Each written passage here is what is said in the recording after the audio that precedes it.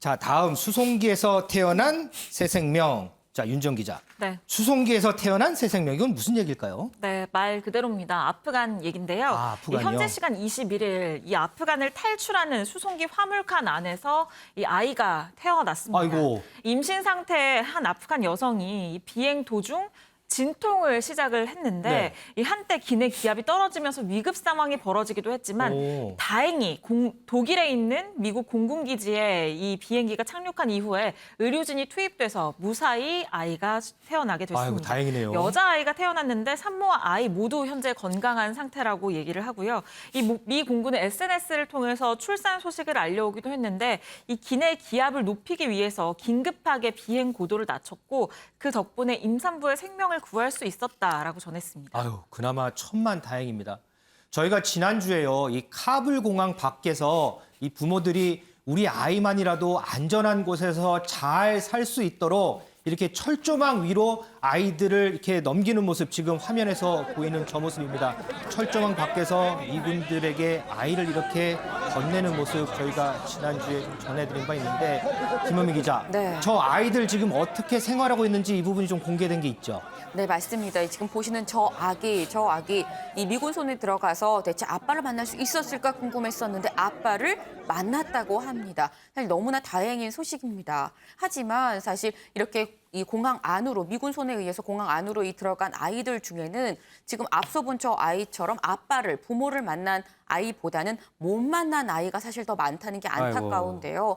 그렇기 때문에 이 지금 현재 공항 안에서 근무하는 미군을 포함한 다른 외국 군인들 지금 보시는 것처럼 저렇게 아이를 돌보는 모습이 이렇게 포착이 되기도 했습니다. 아하. 이 무장한 군인들, 굉장히 큰 몸집의 무장한 군인들이 아주 작은 아이를 안고 있는 모습이 참 어떻게 보면 좀 기묘하다라고까지도 말씀을 드릴 수 있을 것 같은데 저런 상황에서도 그래도 아이를 돌보는 이 몇몇 군인들의 얼굴이 웃음이 있는 걸 보고 조금 더 안타까움이 더해지는 것 같습니다. 근데 사실 저 상황보다도 더 안타까운 상황은 공항 담벼락 밖의 상황입니다. 더 안타까운 상황이 있어요? 네, 이 불과 담벼락 하나를 두고 이 탈출하고자 사람들이 정말 많이 몰린다는 소식 늘 전해드리고 있는데 사람들이 많이 몰리다 보니까 이 2살배기 아이가 압사당하는 일도 벌어졌습니다. 아유, 워낙 사람이 많다 보니까 그랬군요. 네, 맞습니다. 굉장히 사람들이 많이 몰리다 보니까 한 미국 회사에서 통역을 하고 있었던 한 여성이 남편 그리고 2살배기 딸, 이제 자매들랑 같이 이 공항으로 탈출하기 위해서 왔는데 사람들한테 밀려서 넘어졌다고 합니다. 근데 이 엄마 이 몸을 일으키자마자 바로 딸을 찾았습니다만 찾았을 때는 이미 이 숨을 거둔 뒤였다라고 하는데요. 사실 우리가 안타깝다 얘기를 합니다만 이 안타깝다는 표현으로 다 담을 수 없는 상황들이 이 현재 아프간 현장에서는 벌어지고 있습니다. 자, 이 미군의 품에 안겨서 정말 천진난만하게 얼굴을 쳐다보고 있는 글쎄요, 생후 몇 개월일까요? 1년도 안 된 아이 같아요. 이 아이도 있고요. 이 생수로 목을 축이는 이런 아이도 있고 엄마가 보고 싶을까요? 이렇게 막 떼를 쓰는 듯한 이런 모습의 아이도 있습니다. 이 아이들 진짜 언젠가는 부모들 꼭 만날 수 있기를 제가 기원해 보겠습니다. 자, 이렇게요. 아프간 국민들 하루하루 고통 속에서 생활하고 있습니다만 그 반대로 아프간 전 대통령의 가족들 정말 정반대의 생활을 하고 있습니다.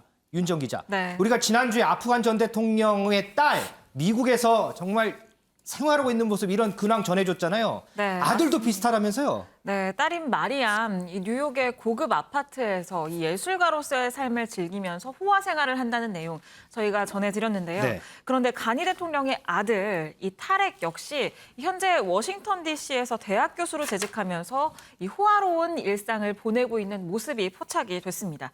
이 워싱턴의 부촌에 이 고급 타운하우스에 거주하고 있다고 하는데 가격만 14억 2천만 원이라고 합니다. 아하. 이곳에서 아내와 함께 거주를 하고 있는데요. 이 한 매체가 집에 찾아가서 현재 아프간 상황과 관련해서 인터뷰를 요청했습니다. 그런데 이 인터뷰를 거절했고요. 그래서 몇 시간 동안 기다렸던 모양이에요. 네. 그런데 몇 시간 만에 집 밖에 나온 모습이 포착이 됐는데 이 고급 시계 매장 그리고 가죽 제품 매장을 연이어서 방문을 하고 아하. 또 카페에서 친구를 만나서 이야기를 나누는 모습, 즐겁게 이야기를 나누는 저런 모습이 포착이 된 겁니다. 이 뉴욕 포스트는 이런 상황에 대해서 이 가니 대통령은 조국을 버렸고 두 자녀는 미국에서 호화 생활을 하고 있지만 아프간인들은 탈레반의 억압적인 통치에 공포에 떨고 있다라면서 비판적인 목소리를 전했습니다. 아프간 국민들은 공포에 떠는 사이에 전 대통령의 자녀들은 미국에서 아주 호화로운 생활을 즐기고 있습니다. 김은미 기자. 네. 이 아들, 딸들의 작은 아버지죠. 아프간 전 대통령 동생, 심지어 탈레반한테 충성 맹세까지 했어요? 네, 맞습니다. 이 탈레반이 직접 지난 21일에 이 트위터에 영상을 하나 공개를 했습니다. 근데 이 영상을 보니까 이 영상에 가니 대통령의 동생이 하슈마트, 지금 바로 저 영상인 건데요. 하슈마트랑 탈레반 지도부가 같이 있는 그런 모습입니다. 근데 사실 긴장감이 감도는 게 아니라 이 굉장히 화기애애한 그런 모습이죠. 심지어 막 웃네요. 네, 이게 웃으면서 악수를 하기도 하고 이게 심지어 상대에 대한 어떤 존중의 의미로 이마에 이게 키스를 하는 모습도 보입니다. 아하. 이 하슈마트랑 탈레반이 손을 잡은 것 같다라는 생각이 드는 대목인 건데 실제로 이 탈레반이 밝히기로 대통령의 동생인 이 하슈마트가 탈레반에 충성을 맹세했다고 밝혔습니다. 이 실제로 하슈마트 SNS를 보면 이게 탈레반의 뭐 일방적인 주장이 아니다라는 게 분명해지는 게 이 탈레반 트위터 영상이 올라왔었던 지난 21일에 올린 이 글은 탈레반은 치안을 책임질 능력이 있다라고 이 글을 올리기도 했고요.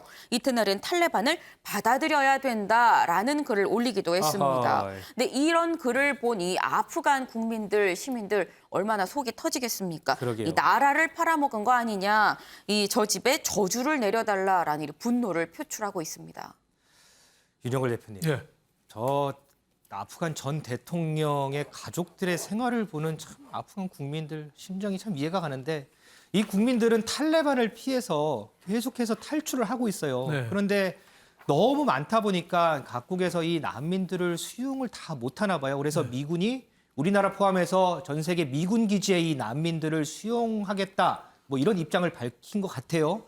이에 대해서 정치권에서 좀 반응이 엇갈리던데 이 난민 수용 문제 윤 대표님은 어떻게 좀 보세요? 예, 지금 뭐 월스트리트 저널에서 보도가 됐죠. 지금 그 미국 국방부가 그 우리 주한 미군이 주둔하는데 네. 뭐 일본, 독일, 이탈리아, 뭐 코소보 이런 나라들을 해외 미군 기지에 아프간 피난민들을 좀 수용하는 걸 검토하겠다. 그렇죠. 뭐 그런 얘기를 했는데 우리나라 주한미군 사령부는 아직 뭐 시달한 바 없다. 뭐 이렇게 얘기하고 있어요. 예, 송영길 민주당 대표는 뭐 그게 가능하겠느냐. 지리적으로도 우리나라는 너무 멀어서 좀 그거 신중해야 된다. 뭐 이런 입장이고 국민의힘 허은하 수석 대변인은 또 인도적인 차원에서 적극 검토해야 된다. 그렇죠. 뭐 이런 얘기를 했어요. 네. 저는 그 다른 나라 주한 미군들이 있는 일본이나 독일이나 이탈리아 이런 나라도 있으니까 그런 나라랑 우리나라가 좀 보조를 맞춰야 되는 거 아닌가 뭐 이런 생각이 들고 뭐 단기적인 그 거주다, 단기적인 체류다 이거는